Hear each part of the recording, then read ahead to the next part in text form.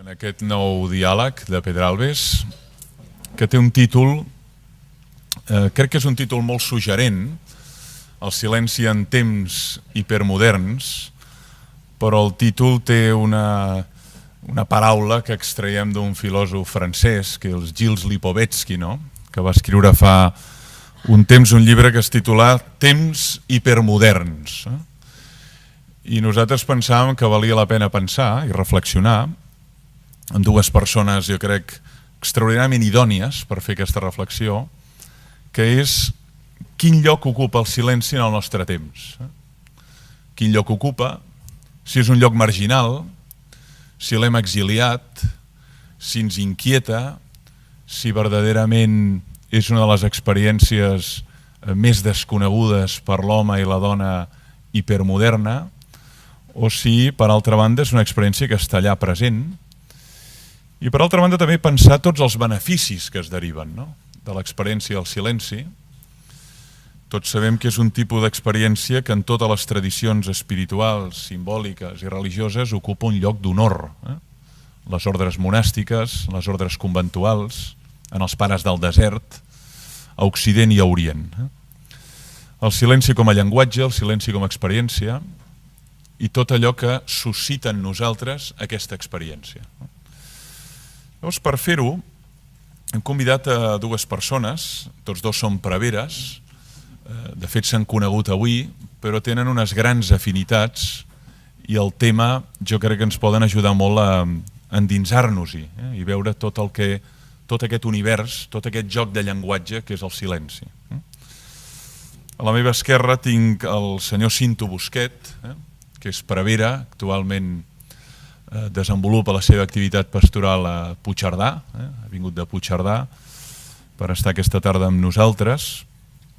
Ell és un home que és bioquímic, és llicenciat en Filologia Catalana, a més de ser doctor en Teologia, i és un home que té una gran vida cosmopolita i una gran capacitat de coneixement d'altres llengües i cultures. Una gran part de la seva vida, més de 20 anys, l'ha passada al Japó, coneix la llengua japonesa, la llegeix, la parla i de fet ha escrit força sobre el diàleg entre Orient i Occident. A la llibreria d'aquest monestir hi ha un llibre, entre altres que ha escrit amb Cinto Busquet, sobre Orient i Occident, el pont entre aquests dos mons. Molt vinculat a la comunitat dels focolars i una persona que jo vaig tenir la sort de tractar durant un bon temps quan va ser secretari de l'arquebisbe d'Urgell, Joan Enric Vives. Jo li agraeixo molt que hagi vingut. I a la meva dreta tenim el senyor Pablo Dors, que també és prevere, vingut de Madrid per estar també aquesta tarda amb nosaltres. És prevere que desenvolupa la seva activitat pastoral sobretot en l'àmbit hospitalari, per tant està en contacte amb persones en situació de vulnerabilitat, de fragilitat, malaltia, dolor, i és un gran narrador. Un gran narrador. Ha escrit diverses obres de narrativa, algunes d'elles reconegudes, finalista al Premi Herralde, i per altra banda també una persona que ha fet incursions en l'assaig. Precisament el seu primer assaig en llengua catalana, traduït del castellà, que és la seva llengua materna amb la qual escriu, és aquesta biografia del silenci, publicat fa molt poc aquí a Barcelona. És a més, per nosaltres una persona que ens vincula a un dels grans homenots d'aquest país, que és Eugeni d'Ors. Ell és net d'Eugeni d'Ors, té per tant arrels en aquest país i li agraeixo molt també que hagi volgut venir, perquè no només el tema l'ha tractat a fons amb un llibre, sinó que a més també té aquesta dimensió cosmopolita. Ha viatjat en diferents països, ha estudiat en diferents àmbits i és capaç de fer aquests ponts entre cultures i veure quin lloc ocupa el silenci en aquests diversos mons, cultures en les que ha estat. Llavors, per aquest ordre, primer donaré la paraula a Dors, a Pablo Dors, després a Cinto Busquet i després establirem el diàleg com altres ocasions. Pablo, tienes la palabra, muchas gracias. Buenas tardes.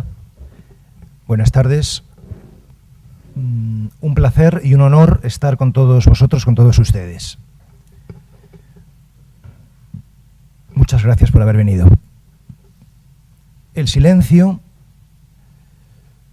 es para mí fundamentalmente una nostalgia, un pánico y una revelación. Y creo que para toda persona que se adentre en el misterio del silencio, tarde o temprano aparecen estas tres dimensiones: la nostalgia, el pánico y la revelación. Nostalgia porque todos intuimos de un modo o de otro que el silencio nos hace bien, que nos es necesario. Hasta el punto que me atrevería a decir que el problema número uno del hombre contemporáneo es la dispersión. Estamos bombardeados continuamente por todo tipo de imágenes, palabras, sonidos, y sin un tiempo de silencio para digerir esas palabras, esas imágenes, esos sonidos, esas palabras, imágenes y sonidos no nos van a construir, sino todo lo contrario, nos van a destruir. Por tanto, el silencio como espacio-tiempo para recrear eso que nos va a permitir ser personas. Tenemos nostalgia de ese espacio-tiempo, tenemos nostalgia de ser aquello a lo que estamos llamados. Yo creo que lo que nos define como seres humanos es fundamentalmente lo que podríamos llamar el anhelo interior. Me gustaría subrayar mucho esta palabra, nostalgia y también anhelo. Tenemos deseos, tenemos instintos, pero todos tenemos también un anhelo de algo. Podemos llamarlo felicidad, podemos llamarlo búsqueda de plenitud, de realización. La vida interior no es otra cosa, en mi opinión, luego podemos hablar sobre ello, que habitar en ese anhelo, mirarlo y convivir con él.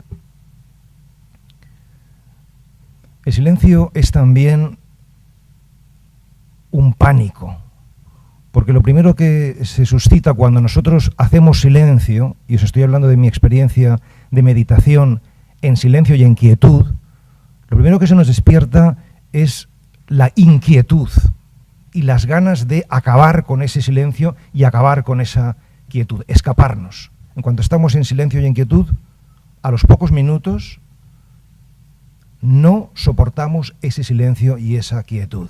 Y la pregunta es ¿por qué?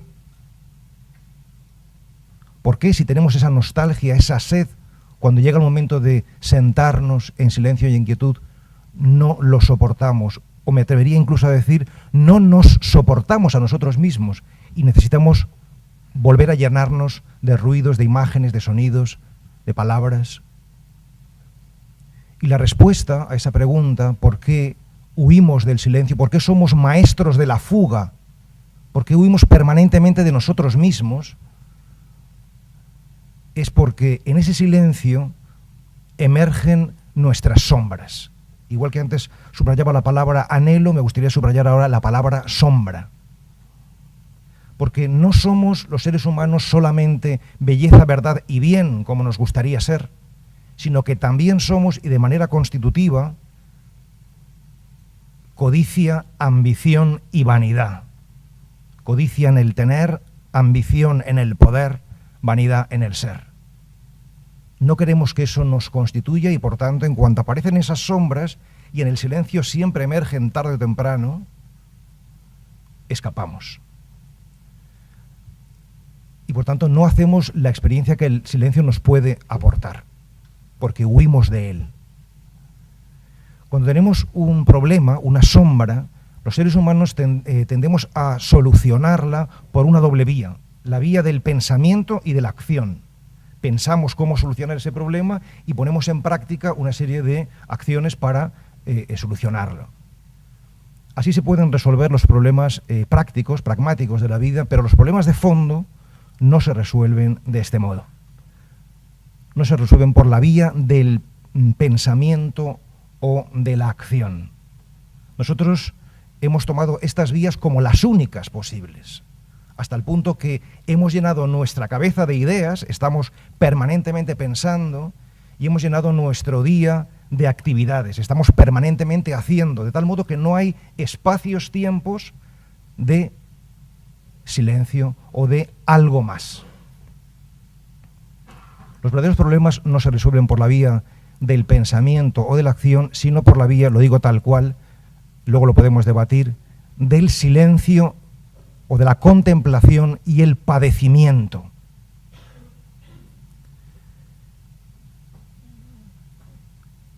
Ante los problemas, ante las sombras, no hay que huir, ni siquiera hay que vencerlos, luchar contra ellos como solemos hacer, cuando no huimos, luchar contra ellos hasta erradicarlos. No hay que erradicar las verdaderas sombras que nos acompañan, sino hay que atravesarlas. Y esto es la experiencia de meditación seria, es decir, continuada y constante. Atravesar una sombra no es lo mismo que eliminarla, porque la sombra permanece, pero cambia de signo. De tal modo que lo que es una adversidad pasa a ser una oportunidad. Ese problema se convierte en ocasión de crecimiento, sin dejar de tener un carácter problemático. ¿Qué significa atravesar un problema? Atravesar un problema significa redimirlo. Y recupero aquí una palabra de la tradición cristiana, que es la palabra redención, que está completamente olvidada en el vocabulario cristiano. ¿Y qué significa redimir? Estoy seguro de que si en una asamblea cristiana preguntáramos qué es redimir, poca gente sabría dar una respuesta más o menos cabal a esta pregunta. Y para mí la respuesta, después de pensarlo mucho, es esta. Redimir es sufrir con amor. Sufrir por amor. Si una sombra, sea cual sea, una enfermedad, una soledad radical, una incomprensión, si una sombra se sufre con amor, esa sombra puede redimirse. No deja de ser sombra, pero deja de ser venenosa. Y no se convierte en causa de degeneración o decadencia humana, sino en causa de realización personal.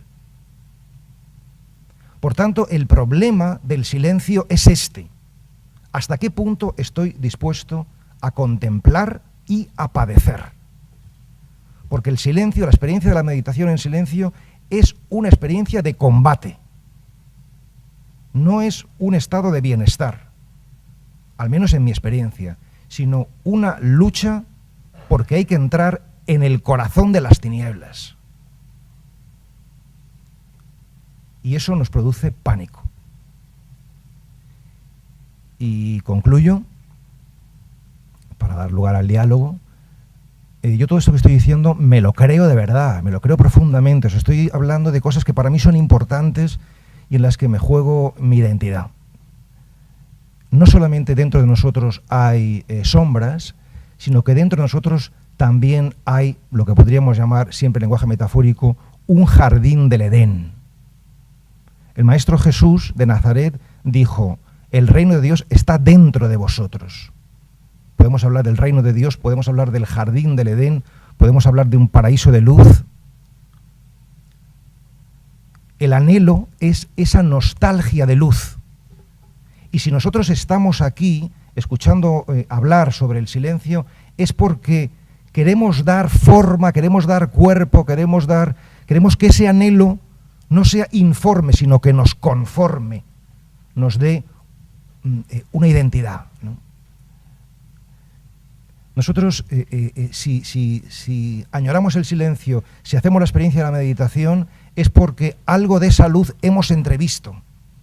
Y esa luz, que cuando aparece es una revelación, una auténtica revelación, ¿qué es lo que está iluminando? No ilumina otra cosa que a nosotros mismos. Es nuestra identidad. Es el descubrir quiénes somos.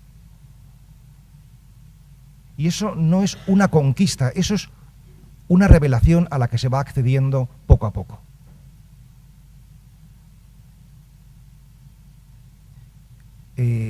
Aquí entramos en territorio comanche, porque claro, ¿quién puede hablar de la luz? Todo el mundo habla de las sombras, ¿no? Y de hecho, por ejemplo, mi gran desafío como escritor, como novelista, es escribir sobre la luz, porque no hay escritores sobre la luz, todos los escritores son de la oscuridad, ¿no? ¿Cómo escribir de la luz sin ser cursi? Sería una buena pregunta, ¿no? Bien, os puedo hablar de los frutos de esa experiencia de revelación, y son fundamentalmente dos: la paz interior y la alegría. Cuando tú te encuentras contigo mismo, te entran ganas de reír y lloras de alegría. Dice, así que esto soy yo. Y eso es maravilloso. ¿Y en qué consiste esa identidad que uno descubre y que da tanta paz y da tanta alegría? Pues fundamentalmente, y esto es la experiencia mística por excelencia, a lo mejor la palabra mística nos da miedo, pero está ahí, la experiencia de la unidad, de que tú no eres sin el otro, tú no eres sin el cosmos, sin la naturaleza, tú no eres sin Dios. Es la experiencia de que tú eres mucho más grande y mucho más amplio de lo que habías creído, habías pensado. Muchas gracias por escucharme.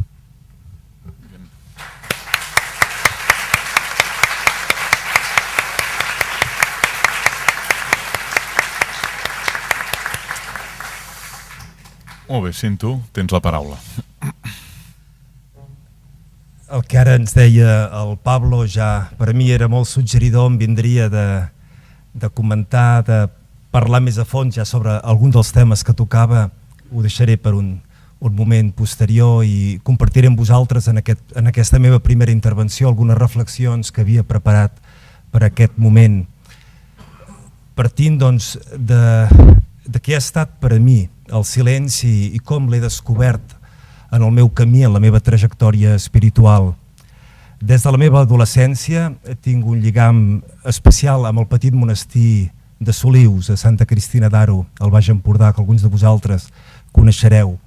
És allà on, en el moment que estava fent com a universitari un discerniment sobre la meva vocació, vaig començar a tastar la bondat, què pot fer un ambient que t'ajuda a trobar-te amb tu mateix i a escoltar més a fons, a sentir més a fons la veu de Déu que et convida a alguna cosa important. És per això que he volgut demanar a un monjo d'aquesta comunitat, bon amic des de llavors, què és per ell el silenci? Li vaig dir, no t'ho pensis gaire, escriu-me a raig el que et suggereix. I el pare Jaume Gavarró em va escriure aquestes ratlles que vull compartir amb vosaltres. El silenci, per a mi, en primer lloc, és un bé comú, com l'aire que respirem. Si hi ha fums contaminants, sorolls, tots hi sortim perdent. En canvi, si hi ha silenci, cadascú pot fer el que vulgui, coses ben diferents, amb tota llibertat i tranquil·litat. Per al monjo, el silenci és el seu medi, natural i necessari, com ho pot ser l'aigua per al peix del mar o de la peixera. Viure de la fe, que no es veu, requereix un recolliment, un silenci. Llavors pot produir-se la pregària, la conversa en el cor amb Déu, sense interferències sorolloses que la destorbarien o l'impossibilitarien. No hi trobo res estrany, m'escriu el pare Jaume en el silenci. És una condició inherent, com ho és per poder escoltar música. En aquest àmbit obert, que fa lloc, buidant, per poder acollir, en aquesta pantalla en blanc, pot entrar-hi i pot reflectir-s'hi millor la presència de Déu. En silenci es pot captar la paraula de Déu, el seu matís, la seva llum, sobre un mateix i sobre el món, totes les seves policromes ressonàncies. Per tant, entenc sobretot el silenci des d'un punt de vista de l'experiència espiritual com una experiència de plenitud. És un esmorteïment dels sorolls i distraccions que ens facilita poder copsar paraules que ens transformen interiorment. És absència de passavolants per acollir amorosament dins nostre una presència que ens habita. És una condició existencial que ens predisposa a l'escolta, a una escolta atenta i a un encontre interpersonal profund amb els que són com nosaltres i amb algú que és molt més que nosaltres. El silenci, crec que per qualsevol persona que tingui exigències espirituals, que estigui a la recerca d'una autenticitat de vida i d'una comprensió més profunda del sentit de la vida mateixa, estic convençut que està carregat sempre de positivitat existencial, de potencialitat creativa, d'una gran capacitat regeneradora. Quan parlem de silenci com a contorn per al creixement espiritual, certament no ens referim a un silenci absolut, a una absència total de sons que denotaria més aviat mort i un immobilisme estèril, sinó que fem referència a un silenci del cor, a aquell estat anímic, volgut, cercat i treballat, en el qual els sorolls s'eviten per poder ser capaços d'escoltar els sons primordials que ressonen dins nostre i al voltant nostre. Aquest silenci del cor és un silenci vital, càlid, ple. És aquell espai espiritual, en podríem dir, on ens podem sintonitzar interiorment amb aquell so originari, l'Om, en dirien a la tradició hindú, que engloba i simbolitza la totalitat de l'existent i que ens relliga en el més profund de nosaltres mateixos amb el diví, que fonamenta tot el que som i el que està al voltant nostre. El silenci, per tant, en sentit espiritual, en sentit religiós, no vol dir mai aïllament, perquè és, i el comprenc així, essencialment un espai de retrobament amb un mateix, amb els altres, amb Déu, en un entorn del qual en som més conscients. Jesús mateix estimava i cercava el silenci. En els moments àlgids de la seva activitat pública, quan molta gent s'aplegava per escoltar-lo i fer-se curar de les seves malalties, llegim a l'Evangeli, ell es retirava en llocs solitaris i pregava. I als seus deixebles els ensenya a pregar estalviant-se paraules inútils que no serveixen a res. Quan pregueu, no parleu per parlar, com fan els pagans. Es pensen que amb la seva xerrameca es faran escoltar. No sigueu, doncs, com ells, que bé sap el vostre pare de què teniu necessitat molt abans que li demaneu. En l'experiència de relació amb Déu que Jesús proposa, doncs, no es tracta de fer-se escoltar, sinó més aviat d'escoltar. I per poder escoltar amb nitidesa, certament cal un silenci interior suficient que permeti acollir la paraula que Déu ens adreça des del més profund de nosaltres mateixos. Cal un cor net que ens permeti veure Déu, un cor com el de Maria, la Mare de Jesús, capaç de guardar a dins tot allò que Déu va realitzant a la pròpia vida i de meditar-ho. Quan tanquem les finestres del cor als sorolls del món i les obrim a la paraula que en nosaltres habita, Déu, sens dubte, es fa present. Quan els sorolls interiors s'esmorteixen, ressona amb força des del fons del nostre cor una paraula viva que ens regenera. El silenci interior és una condició indispensable per poder sentir la veu d'aquell que ens convida a esdevenir una paraula seva, encarnada, feta història, única i irrepetible en el nostre temps i en l'espai vital que ocupem. Una bona amiga, la germana Vinyes, de Puigcerdà, religiosa carmelita, que anima un espai de silenci per a nens i adolescents per al qual passen en petits grups els 300 alumnes de l'Escola Badruna de Puigcerdà. Parlant de Déu, li agrada dir que ell és silenci, presència profunda i amorosa, i que els fruits de viure el silenci interior són pau, goig, agraïment, confiança, coneixement d'un mateix, desig de canvi. El silenci atent i expectant, per tant, no en un silenci passiu. És això que ens fa possible escoltar dins nostre, en les nostres circumstàncies, la veu de Déu i aprendre d'ell mateix el camí de la saviesa. Enmig dels tràfics d'una vida hiperconnectada i fàcilment agitada en aquests nostres temps hipermoderns, em semblen adreçades també a cadascun de nosaltres les paraules del llibre de Job, que es posen en boca de Déu.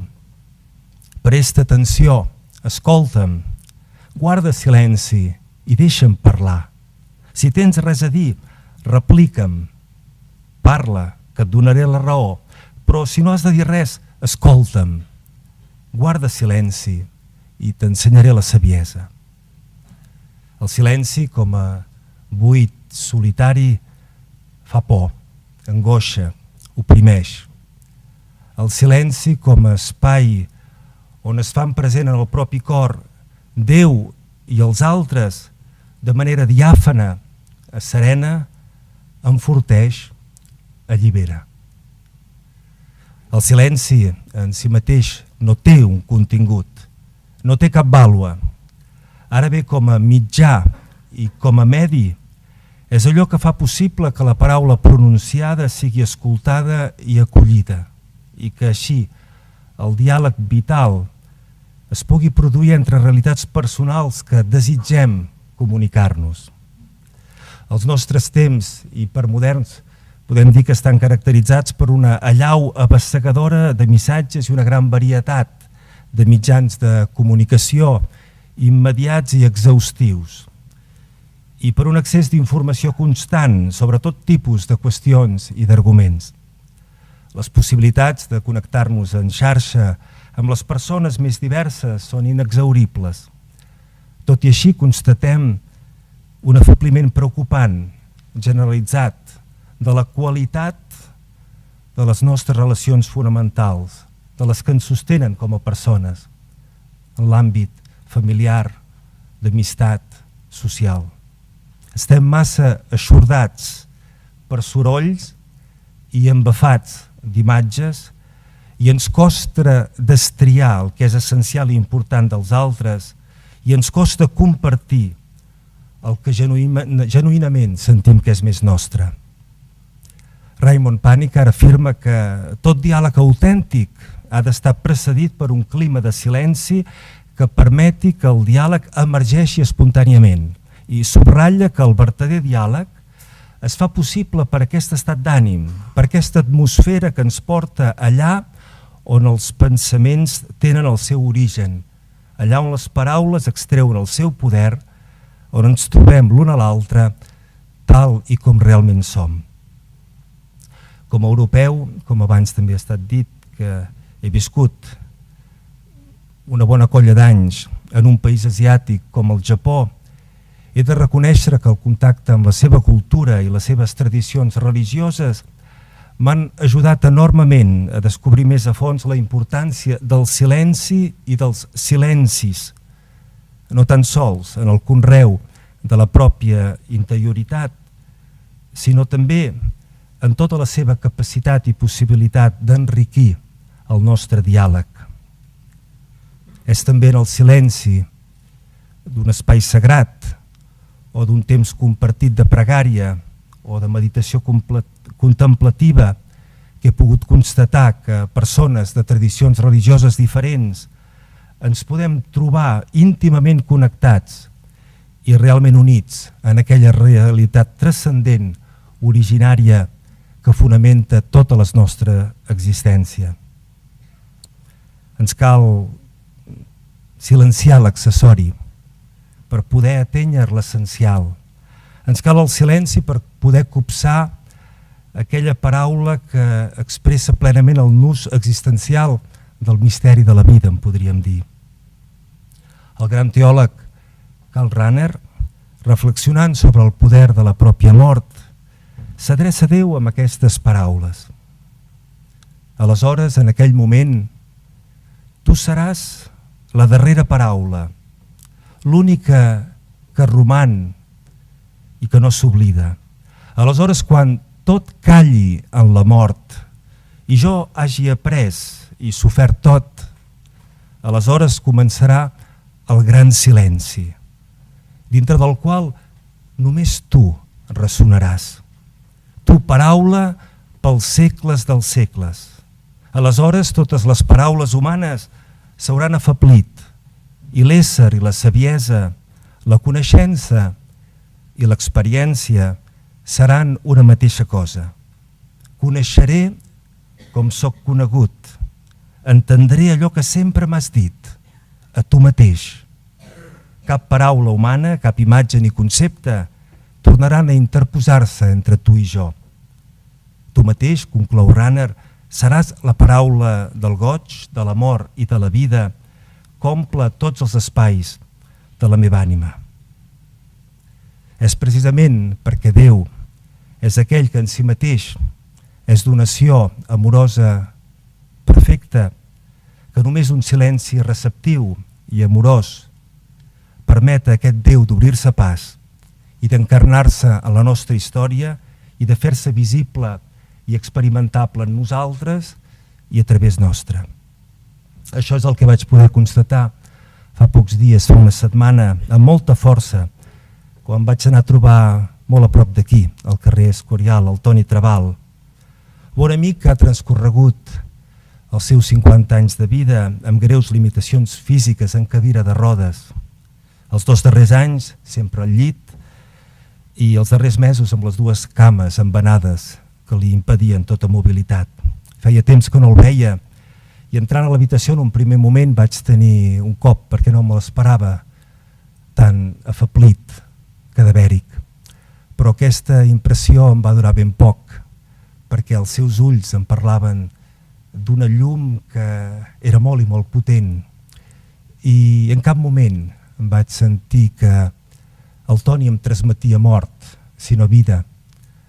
Li vaig dir, Toni, ja ho saps que tu estàs identificat d'una manera molt especial amb Jesús, a la creu, en aquest misteri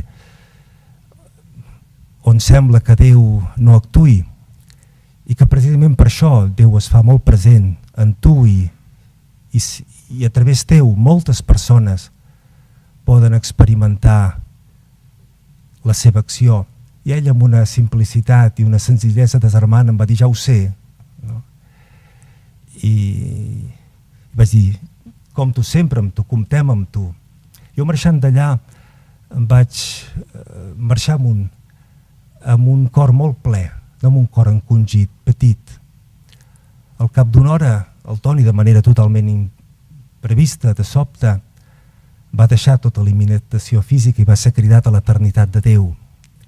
I per a mi va ser un signe potent, que és precisament quan un ja no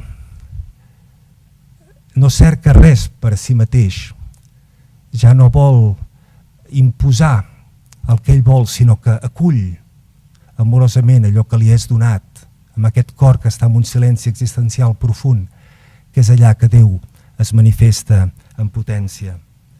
Permeteu-me que conclogui aquesta intervenció inicial llegint-vos uns breus versos d'un recull que tinc publicat que em sembla que resumeixen bé el que he tractat de dir-vos en aquests minuts.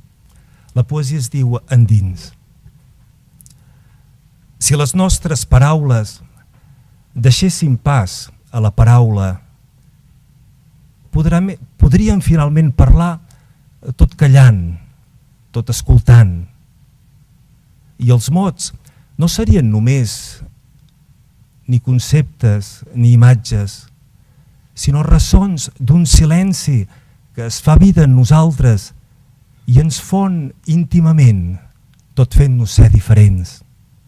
Si sabéssim deixar-nos endur conscientment per la música pregona que pot sorgir del cor i retornar-nos al misteri on tot se'ns fa clar, no ens caldria pidolar una mica de coneixença, ara ens veuríem amarats de llum i de saviesa.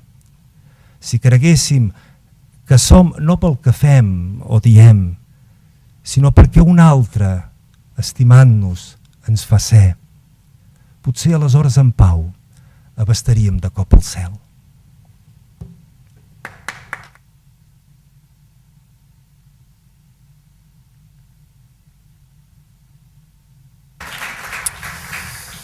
Molt bé, doncs vaig a formular un parell de preguntes als nostres ponents perquè també entrin en diàleg l'un amb l'altre i després obrirem preguntes a tots. Jo crec que s'han fet dues presentacions d'una gran densitat i contingut semàntic respecte a aquell llenguatge que es el silenci. Y primero me gustaría preguntarte, Pablo, una cuestión que me ha suscitado tu presentación, porque tú has relacionado muy a fondo el silencio con tres experiencias que yo mismo vivo, ¿no? Nostalgia, pánico y revelación, ¿no? A mí me gustaría preguntarte si compartes como yo que el silencio es un tipo de experiencia que convierte en enigma la realidad más elemental, ¿no? Uno mismo, el otro, el mundo en el que se halla, ¿no? Eso que de algún modo parece prosaico, habitual, el silencio lo convierte todo en enigma, ¿eh? Y es una fuente de interrogación. Quizá por eso genera tanto pánico, ¿no?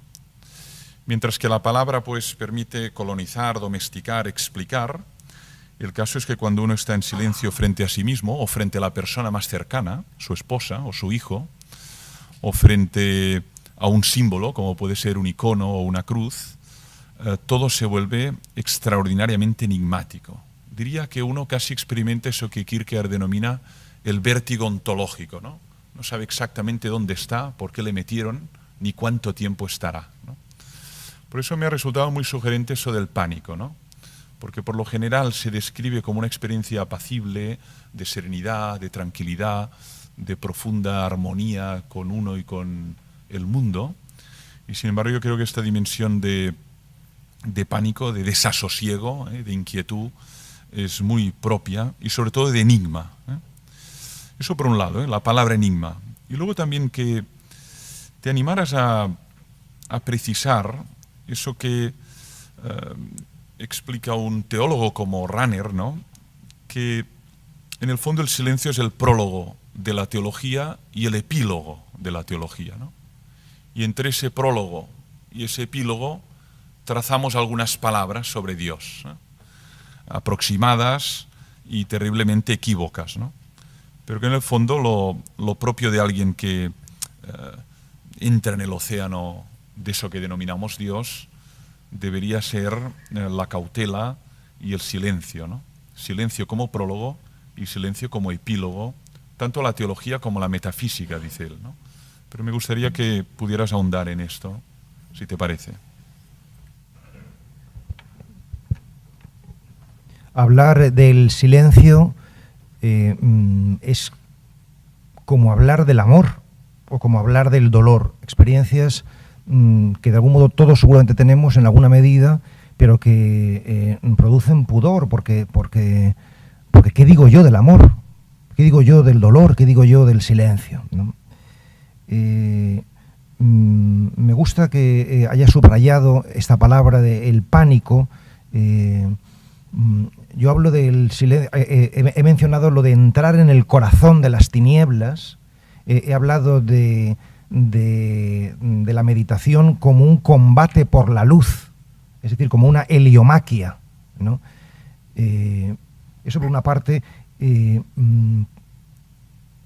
La pregunta es ¿hasta qué punto el silencio crea enigmas, ¿no? Y mi respuesta es sí, aunque a mí me gusta más hablar de misterio, ¿no?, que de enigma, ¿no?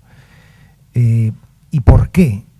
Porque lo que sucede cuando hacemos silencio, cuando nos silenciamos, Y silenciarse no solamente es ausencia de ruido externo, sino sobre todo ausencia de ruido interno y ausencia de ego, fundamentalmente. Lo que sucede es que se va creando dentro de nosotros un vacío.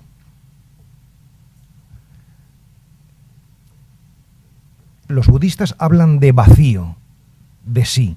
Los cristianos hablamos de olvido de sí, pero en definitiva es lo mismo, porque de lo que se trata cuando uno hace silencio es de restar, quitar, de tal modo que se fomente la capacidad de receptividad y de acogida.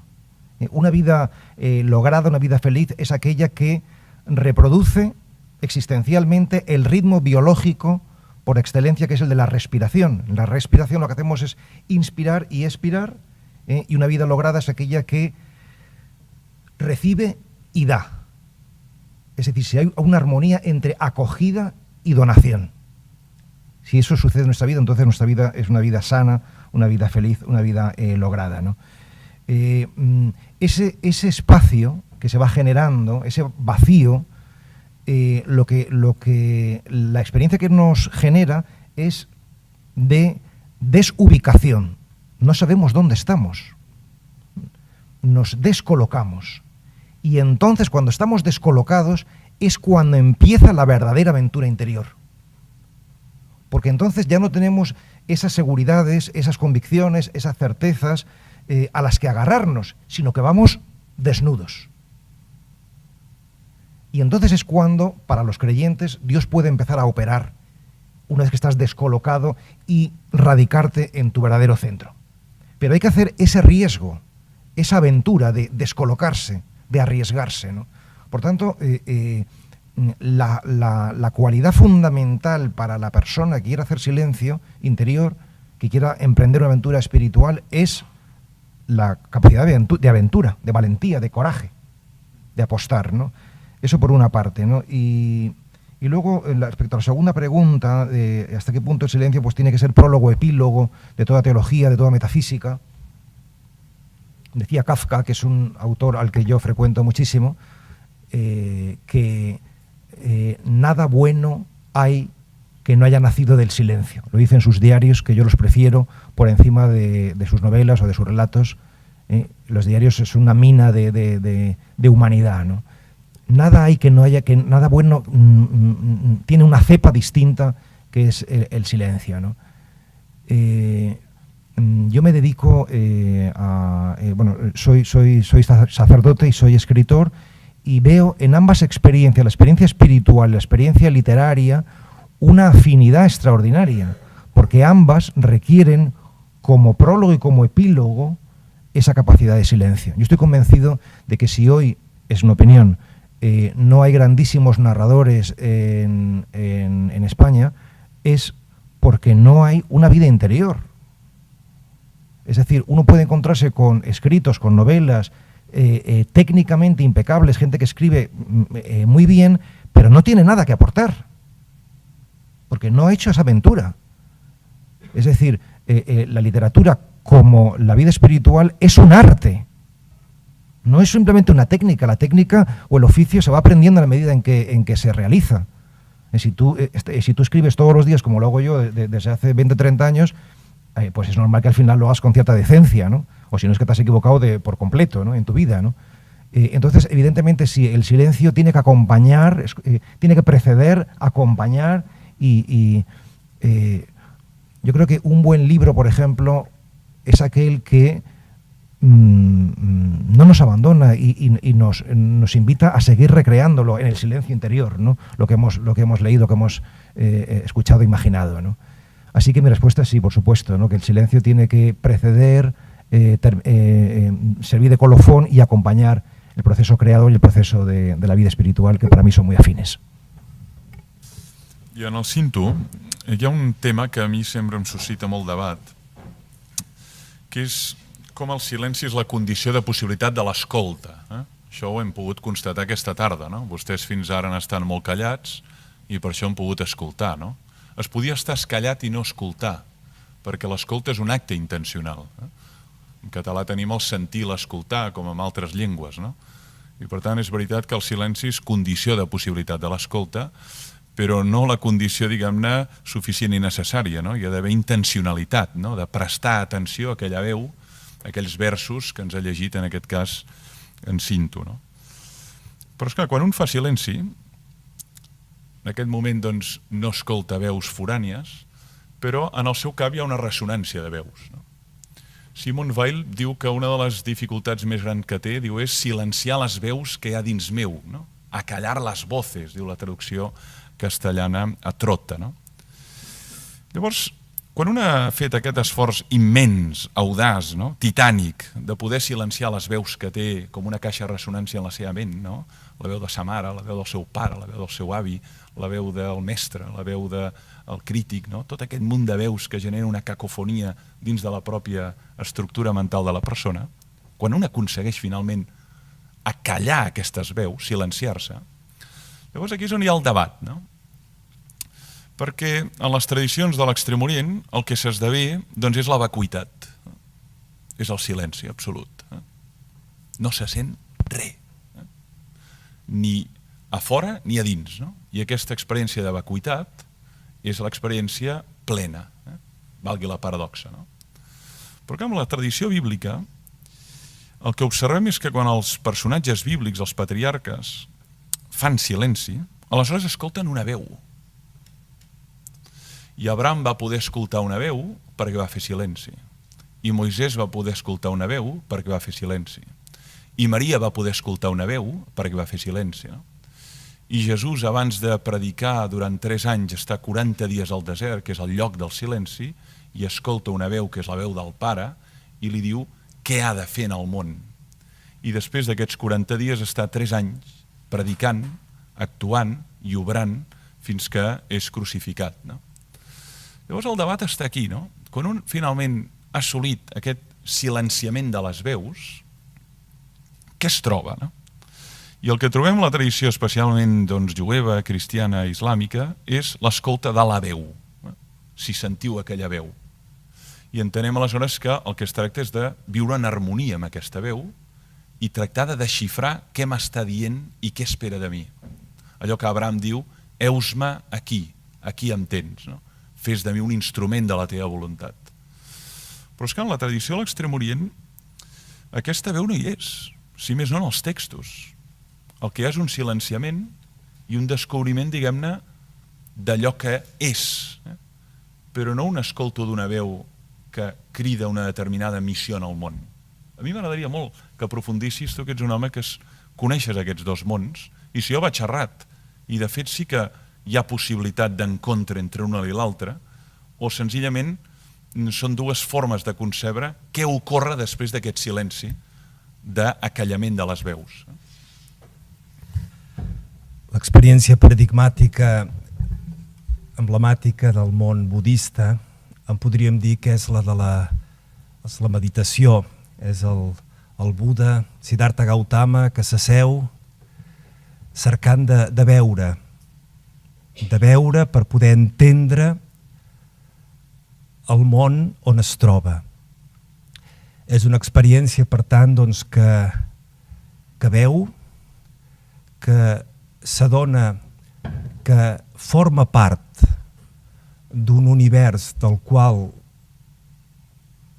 un n'és una expressió fenomènica, puntual, i s'adona que pot deixar de patir, perquè aquest és el punt de partença de la recerca espiritual de Siddhartha, el de veure que tot és patiment i insatisfacció existencial a la vida i tractar d'entendre d'on ve i llavors eliminar-ne la causa que provoca aquest efecte tan devastador, que és aquesta insatisfacció constant que tenim tots els éssers humans. I bé, veu que tot és inconsistent, que tot és impermanent, que no hi ha un jo en si mateix, sinó que tots som fruit en cada moment d'una infinitud de relacions que ens generen en aquell moment. Per tant, l'objectiu de l'experiència espiritual budista, i en podríem dir oriental en general, és harmonitzar-se amb aquesta llei universal, amb aquest ritme còsmic del qual el meu cos, la meva presència, si vibra al mateix to, aleshores no viurà en tensió, sinó que viurà en pau, en serenor. Aquí, certament, com deies, hi ha aquesta vacuïtat, aquest buit, però que no és un buit poblat de moltes relacions al meu nivell. L'experiència hebraico-cristiana, musulmana, de les grans religions monoteistes, és una experiència que no neix d'un seure sota un arbre a meditar, neix d'una experiència que fa pensar, en la qual s'hi descobreix la veu d'algú que ens convida a fer un pas, a sortir d'una situació per arribar a un altre lloc on aquest algú que ens precedeix i que fonamenta la nostra existència ens espera. Crec que efectivament són experiències diferents, però certament són experiències complementàries, i del que estic convençut, i també voldria aquí dir-ho ben clar, que, com s'ha dit ja des del segle XIX, quan a Europa s'ha anat coneixent i aprofundint el budisme, que el budisme no era ni tan sols una religió, o el budisme era fins i tot una religió atea, que era una filosofia atea, però és així, no es parla de Déu, però certament, com que l'experiència budista és una experiència autènticament humana, tot allò que és autènticament humà no pot ser, del punt de vista d'un creient, d'un cristià, aliè a Déu, no pot no ser-hi present Déu. La consciència d'aquest algú que està més enllà d'aquest món en el qual tractem d'entrar-hi de manera harmoniosa, pel budista, per l'oriental en general, en podríem dir, aquest algú està molt difuminat. És un silenci que ens porta una música d'un gran concert en el qual nosaltres també podem tocar-hi una nota que entra i que contribueix a una melodia extraordinària. En l'experiència del creient teista i concretament en l'experiència del cristià que creu en aquest Déu que es fa un de nosaltres, que entra a la nostra història, el silenci sorgeix d'un desig de trobament amb aquest algú i arriba a un trobament més ple amb aquest algú que sempre ens transcendeix i que en el cas cristià ens porta al mateix temps a un trobament molt més profund amb els altres. ¿Tú, Pablo, querrías añadir algo? Sí, quiero.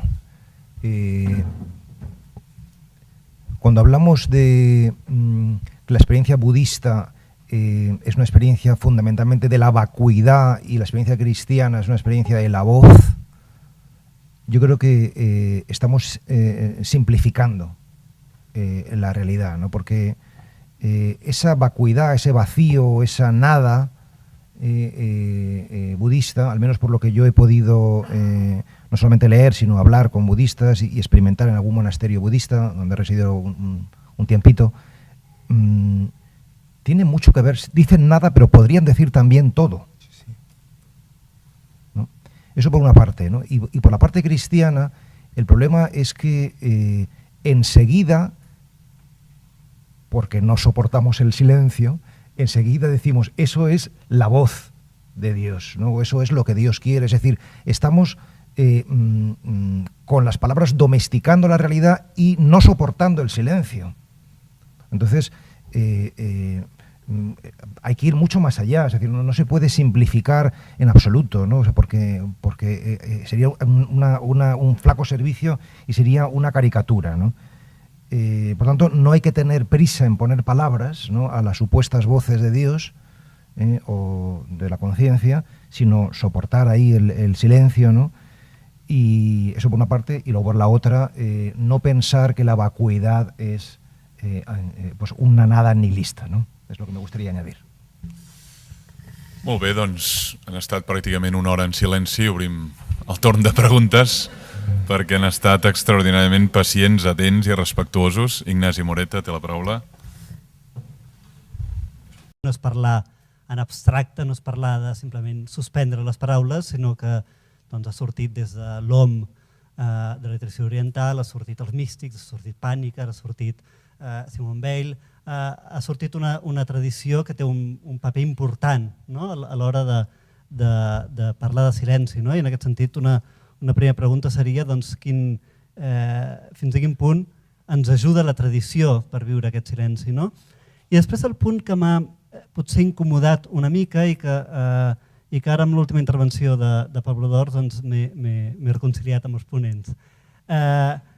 Aquesta idea potser vicarial del silenci com allò que possibilita l'escolta de la paraula, que ha sortit en les dues intervencions inicials, no? D'alguna manera com si el silenci fos secundari, simplement un mitjà perquè doncs, puguem acceptar la catequesi amb més receptivitat. No? I pensava, home, la mateixa tradició, fins i tot en la tradició cristiana, un Angelus Silesius diu la rosa floreix perquè floreix. Ja està. No ens cal més. Per què floreix? Perquè floreix. Punt. No li busquem una finalitat, és a dir, té finalitat el silenci o pot tenir sentit un silenci simplement perquè silenci, sense buscar una finalitat subsidiària. Gràcies. Davant lliurement, si vulgui dels dos. Respecto a la tradición, todo lo que no es tradición es plagio.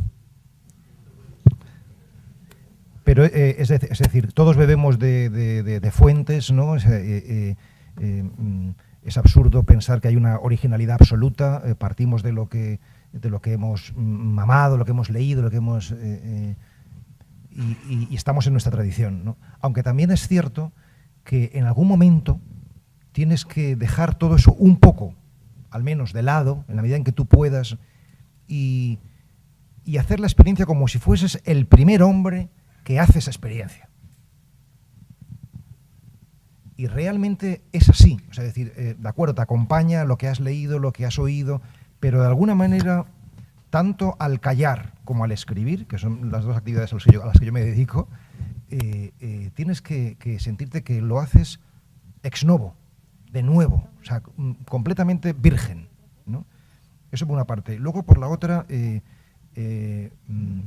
no me gusta que haya parecido, porque no lo pienso así, de mi intervención, que el silencio para mí es secundario respecto a la palabra en absoluto, ¿no? O sea, lo que pasa es que a lo mejor, al intentar contrapesar, porque muchos medios de meditación no cristianos, desde mi punto de vista, con todo respeto, me parece que se hace un absoluto del silencio, igual que en muchos medios cristianos se hace un absoluto de la palabra. De tal modo que el silencio para los cristianos parece secundario y para los budistas lo que parece secundario es la palabra, ¿no? O sea, entonces eso es un error, ¿no? Yo creo que en la medida en la que hacemos la experiencia de silencio auténtico, en esa medida oímos de verdad la palabra y la proferimos auténtica, y al contrario. Es decir, que son vasos comunicantes. Yo he hablado de cómo los pensamientos y las acciones no resuelven los verdaderos problemas, sino que los verdaderos problemas se resuelven mediante contemplación y padecimiento, que es sufrimiento con amor, ¿no? Esa es la auténtica ética de la contemplación, porque el silencio, la contemplación, la meditación no se puede utilizar como simple preparación. Yo ahora, por ejemplo, hago oración para luego ir a hacer apostolado y que el apostolado sea fructuoso.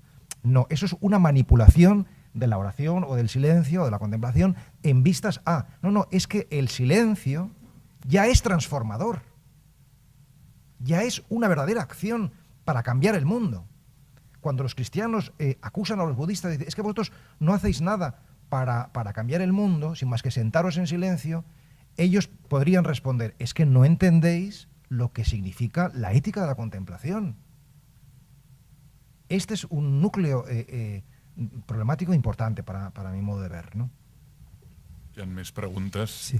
Endavant. Només voldria dir que em sembla que silenci, paraula, mort i vida, llum i foscor, en el fons són dues cara i creu, són dues realitats vistes des d'un altre moment, des de els llocs oposats, però és que és una mateixa experiència, per tant, plena, i que l'experiència també de Déu, per exemple, precisament quan sembla que Déu calla, el màxim silenci de Déu, l'home Jesús que a la creu diu Déu meu, per què m'heu abandonat? És precisament en aquest moment que Déu parla de manera més plena. Per tant, certament aquest silenci com a despullament radical que permet que emergeixi una experiència originària i en aquest sentit també original i per tant personal i nova i que arrelada amb la tradició però al mateix temps que ara es crea. Davant. Sí, per favor. Jo voldria fer la següent pregunta. Per què el silenci és algo consubstancial a una religió oriental com per ser budista i per què el silenci ha estat com amagat, apartat, destinat només a una part de la societat com els monjos dintre la religió cristiana, catòlica, i en canvi ara se'n parla tant? No, certament, del punt de vista de l'experiència i del camí espiritual budista, el silenci fa part de l'experiència fundant del camí del Buda. És la meditació, és el seure per veure i per poder veure i per poder sentir, per poder entendre allò que després cal fer. Però el silenci és condició indispensable. La tradició cristiana parteix d'un missatge profètic, parteix d'una experiència, d'un missatge que ha de ser acollit i que per tant després històricament això portant en sentit negatiu pot portar una manipulació i per exemple perquè hi ha un missatge explícit de continguts no ha estat afavorit aquell silenci que en el fons dota i dona una llibertat d'esperit que no sempre, per molts segles, potser la mateixa església institucional li ha convingut que hi fos. Per tant, em sembla que té una explicació també força lògica a partir del camí inicial que proposa. Y yo añadiría también, además de esta explicación histórica, una explicación teológica a por qué en el cristianismo se ha subrayado tanto la palabra y se ha orillado el silencio, ¿no? Y es que en el cristianismo tenemos un Dios que es logos, ¿no? Logos es palabra, es razón, ¿no? Es decir, que no es de extrañar que en tanto en cuanto la espiritualidad cristiana ha estado centrada en Cristo, en el Logos, se haya desarrollado la dimensión lingüística y racional de la teológica, en el sentido estricto del cristianismo, mientras que, por ejemplo, en la tradición ortodoxa, que evidentemente no deja de ser cristiana, ortodoxa cristiana, el silencio, igual que la imagen o la música, tiene una importancia más fuerte, ¿no? Es decir, que tampoco es que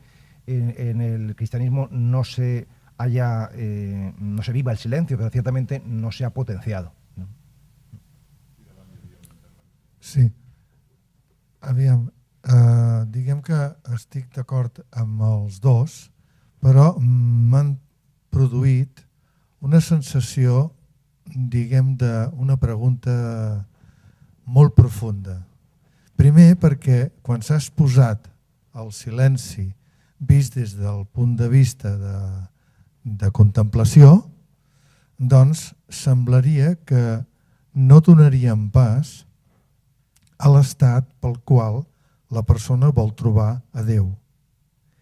I en el mateix moment que s'ha parlat de l'altre silenci, semblaria que estaria degut al moment en què la persona deixa la seva matèria i existeix com esperit. Clar, si jo uneixo aquestes dues sensacions, la meva pregunta queda en el sentit de que com és possible que després que una persona pugui entrar amb aquest silenci profund, descartant les veus que pugui sentir, perquè, evidentment, fins i tot Jesús va sentir aquesta veu, descartant-la, llavors entraríem en que la nostra vida seria totalment insignificant comparada amb el gran silenci que existeix com a esperit en el qual estaríem al costat de Déu. M'agradaria que es pogués, diguem-ho així, donar una pinzellada sobre aquest tema, si en un moment donat es pot considerar d'aquesta manera o no. Gracias. Es verdad que cuando uno hace la experiencia de silencio se da cuenta de la insignificancia, aquí estoy empalmando con lo que he entendido que decía, de nuestras realidades cotidianas, ordinarias, de nuestra propia identidad, ¿no? O sea, esto es cierto, ¿no? O sea, de la pequeñez, ¿no? Pero al mismo tiempo, siendo eso cierto, al mismo tiempo, esa supuesta o cierta insignificancia también va contrapesada porque uno es capaz de dar un valor extraordinario a lo que a ojos del mundo y a ojos de cualquiera podría parecer insignificante. Es decir, que el silencio es cierto que relativiza la realidad y al mismo tiempo la da un espesor y una categoría insospechadas. No sé si me estoy dando a entender, ¿no? Es decir, para mí cuando me dicen cuál es la experiencia fundamental que tú has obtenido de la práctica de la meditación, además de hablar de la paz y la alegría que antes he mencionado, yo hablo del mesianismo de lo cotidiano. Y con esto quiero decir que precisamente como la meditación en silencio y quietud a lo que te educa es a la atención, a estar atento, ¿no? Cuando estás atento a la realidad deja de ser rutinaria para ti y se convierte en ritual. Es decir, son las dos posibilidades de existencia básicas que existen, la rutina o el rito, ¿no? El que vive rutinariamente vive automáticamente de manera inconsciente, el que vive ritualmente vive consciente. Y cuando tú vives conscientemente, las cosas, las más elementales, una sábana, una escoba, una cuchara, te muestran su perfecta y bella necesidad. Son cosas elementales pero profundamente hermosas, ¿no? Y eso es como la redención de lo cotidiano, ¿no? El mesianismo de lo cotidiano que apuntava antes, ¿no? Bueno. Aquí n'hi havia una aquí davant. Sí. No sé si un moment, bueno, jo tinc el micro jo. Endavant. Jo dic que aquest silenci doncs, és l'anhel aquest d'arribar a la unitat, no? Jo crec, pregunto, que si ha d'estar absent de finalitat, de temporalitat i també de causa, de causalitat. Perquè jo el veig com arribar a una unitat, a la unitat, no? Llavors diríem que llavors podríem dir jo sóc absent de tota dualitat, brillo pel meu propi resplendor i que aquestes serien les característiques naturals de Déu, que n'hi ha alguna més, que ara no em surt.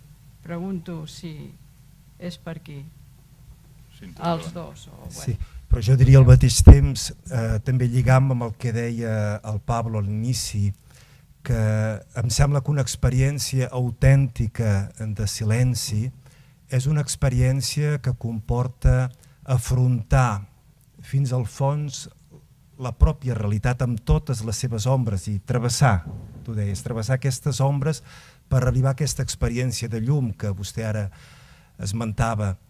És a dir, una experiència abstracta, ambigua, etèria d'una unitat a la qual jo m'hi fonc, em sembla que en el fons es pot convertir en alguna cosa que jo m'imagino, però que no acaba de ser realment una experiència de veritable unitat amb Déu, amb el cosmos, amb els altres i d'unificació interior de mi mateix.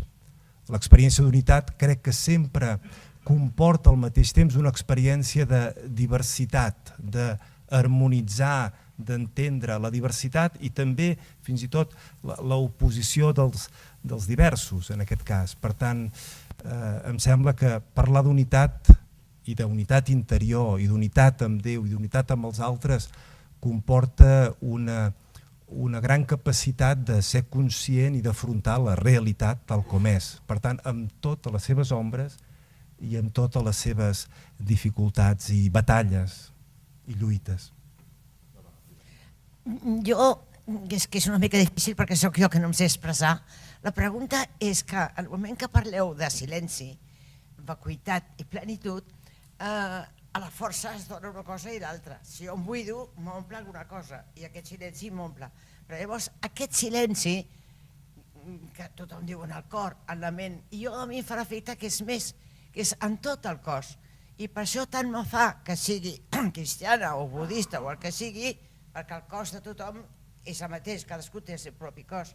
Si el silenci es fa en aquest cos, o si no en tinc d'esperit, sinó aquí, en aquest cos que jo tinc, a la força traspua per tota la meva carn i la meva pell i per tant ens transforma tots igual, sigui cristià o sigui budista.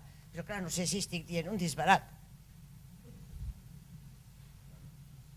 No, no es ningún disparate en absoluto, porque precisamente donde mejor se pueden encontrar las tradiciones religiosas es en la experiencia mística o en la experiencia contemplativa. Ahí es donde menos discusiones hay y donde más posibilidad de encuentro. O sea que no lo considero un disparate en absoluto, ¿no?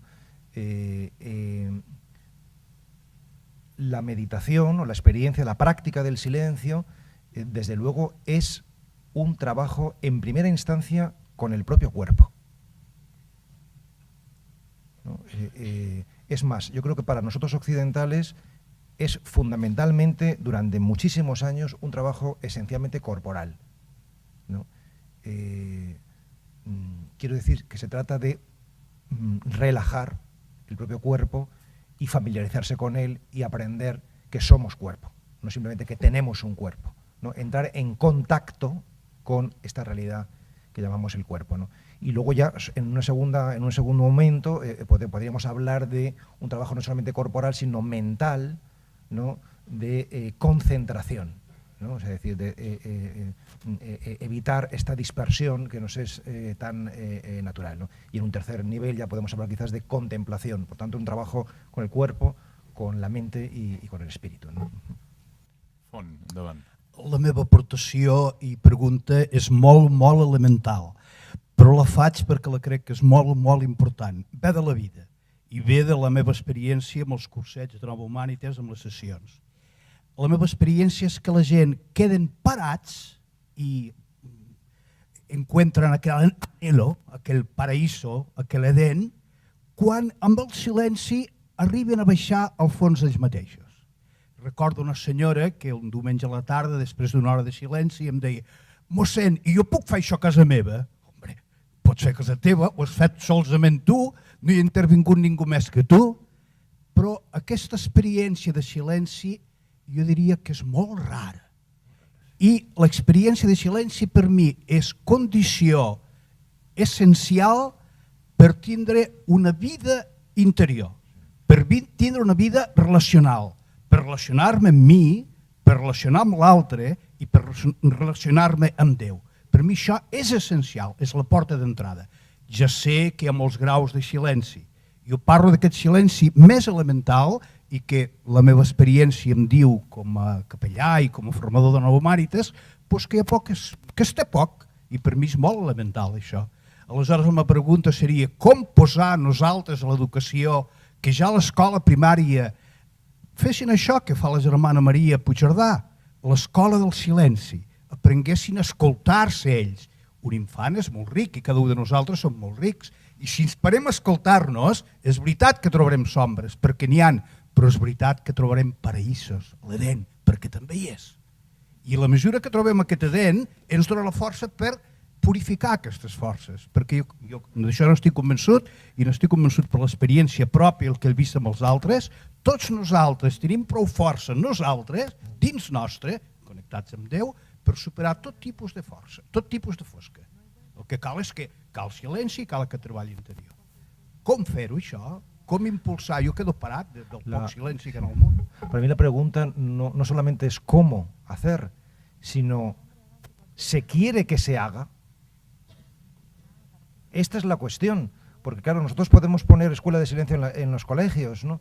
Pero la sociedad entera está confabulada, está conjurada para que no hagamos silencio, porque todos son estímulos, es decir, estamos permanentemente entretenidos y fuera de nosotros. Cualquier invitación a entrar en nosotros no creo que tenga una gran apoyatura social, porque no existe esa voluntad, porque si realmente nosotros fuéramos capaces de pensar y de sentir y en definitiva de ser auténticos, el mundo cambiaría mucho, claro que sí, y no interesa que el mundo cambie, evidentemente, porque si no ya cambiaría. Si realmente fuéramos todos auténticos, el mundo cambiaría ya, ¿no? Estoy seguro. Entonces la pregunta no es cómo, sino existe esa voluntad, o cómo hacer para que exista socialmente esa voluntad, institucionalmente, políticamente, no? És una pregunta política. Al mateix temps, també jo diria que el gran repte per a l'Església a Europa, a Occident en general, potser crec que podríem dir que és aquest de ser capaç de proposar una experiència que enriqueix i conrea la interioritat i que fa més capaços al mateix temps d'interrelacions plenes amb els altres, que mentre això no ens en sortim com a església anirem de cap avall, vull dir que no, transmetent continguts, volent fidelitat a rituals, en el segle XXI ja no ens en sortim, això no té futur, i em sembla que és la gran qüestió del punt de vista de poder transmetre una experiència religiosa, interioritat i interrelacionalitat en el que proposem. Aquest tema que a mi m'ha interessat molt, i de fet hi vaig publicar un llibre l'any 96, que es va sortir en castellà com El silencio, un reto educativo, no? El silenci l'hem exiliat de les institucions educatives. Tenim la mainada acostumats a escoltar d'una banda paraules i de l'altra banda processar moltes imatges, no? I a més amb una hiperestimulació extraordinària que conduce a lo que tú decías, Pablo, que es al drama de la dispersión. Uno de los padres del desierto decía que la dispersión es el origen de todos los males, y eso luego lo firma también San Agustín, ¿no? O sea que, de hecho, no cabe duda de que está completamente ausente en las instituciones escolares, salvo pues alguna excepción, alguna personalidad, algún entorno que favorece esta experiencia, sea por el carisma de una persona o porque en el proyecto educativo de ese centro se considera que los niños también tienen que aprender la gramática y la sintaxis del silencio. Perdona que te corte, porque yo creo que quiero completar esta visión, porque no solamente es que no exista espacios de silencio en las escuelas o en el ámbito educativo y demás, sino que el planteamiento de la palabra ya es un planteamiento viciado de origen, porque es un planteamiento en clave intelectual y no en clave sapiencial. Intelectual quiere decir que de alguna manera nos educan para penetrar en la realidad, mientras que sapiencial sería permitir que la realidad penetre en ti. Y entonces esa es la actitud pedagógica que habría que fomentar. No la capacidad penetrativa en la realidad, sino al contrario, receptiva. Claro. Y entonces sí que empezaríamos a valorar realmente, no solamente teóricamente, el silencio, ¿no? Y la educación no sería simplemente formar cabezas y llenarlas de ideas, amueblarlas bien, sino generar la experiencia sapiencial, ¿no? O sea, que és de lo que se trata. Sí, i en aquells entorns on els nens petits se'ls ha educat en la pràctica de la meditació, els resultats són òptims, no? Són més receptius, són més atents, estan més plenament present en aquella activitat i, a més, la seva formulació de les paraules és molt més pensada i molt més essencial, no? Vol dir que tota aquella xerrameca que habitualment procedim per incontinència verbal tenen molta més capacitat d'autodomini i, sobretot, de receptivitat, d'atenció plena, no? Però és veritat que és molt absent, no? I això, naturalment, causa, jo crec, greus estralls en el procés formatiu d'una persona, a l'hora mateix d'analitzar la seva mateixa vocació, no? Què estic cridat a fer en el món? Independentment de si un és creient o no, però el vocare suposa que un és capaç d'autoanalitzar què és allò que està cridat a fer en el món, però això pressuposa desert, i el desert és el que no es permet ni tan sols per una petita escletxa, no?, que hi hagi desert. La conseqüència final és que tenim un individu extraordinàriament saturat de paraules, d'imatges, i que està tan ple que no hi cap, ha d'anar buidant per anar posant sobre ell més paraules i més imatges, no? Però la seva capacitat de descobrir què està cridat a fer en el món és molt estranya, molt estranya, no? Això té conseqüències desastroses, quan han de decidir en un moment donat què se senten cridats a fer en el món, perquè aquesta pregunta no ha aparegut, no ha tingut lloc en el procés educatiu. Són menys 5, sembla que hi havia alguna pregunta més, no voldria... Davant, sisplau. Bé, voldria agrair als conferenciants que m'ha donat la ressonància de que respiro amb dos pulmons, Occident i Orient. Hi ha una gran diferència en l'exposició. La meva pregunta és si quan parlem del silenci no és una qüestió paradoxal, perquè del silenci no se n'ha de parlar, se'n pot parlar. Perquè tot el que diem del silenci, les paraules, és un moment d'expressió de l'experiència. I la formulació que he pogut fer en un moment no m'és vàlida pel dia següent. I aleshores aquesta formulació, si la donem com absolut o definitiva, ens empobrim totalment.